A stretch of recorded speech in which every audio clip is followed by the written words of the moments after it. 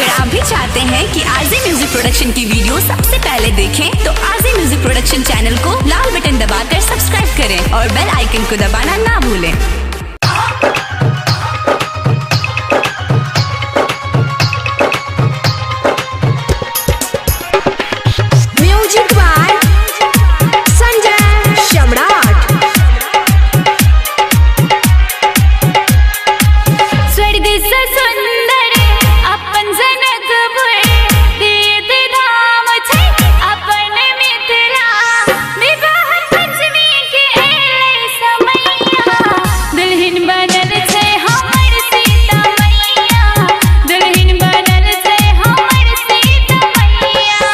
स्वर्ग सा सुंदर अपन जनकपुर तीर्थ धाम छै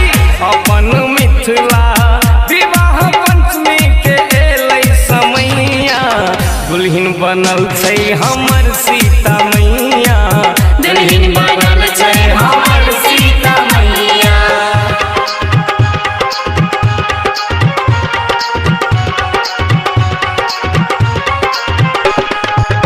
दुल्हिन बनल छै हमर सीता मैया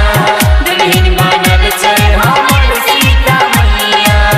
अयोध्या नगरी से एलै बराती राजा पर जाए घोड़ा हाथी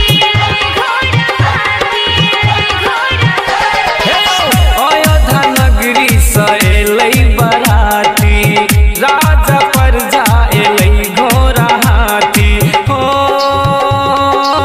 तीनों लोक में शोर भेलैया अपन जनकपुर बेजोर लगैया मंगल गीत गबै दैया मैया दुल्हिन बनल छै हमर सीता मैया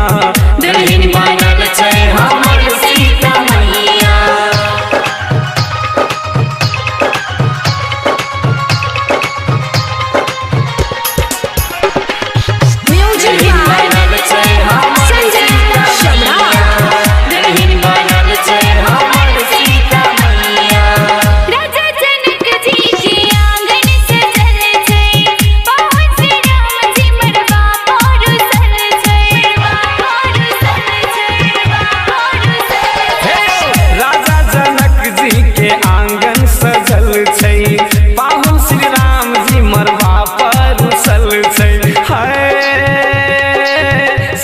सरोजनी करखा लगावे दुल्हा के गाल पर दही लगावे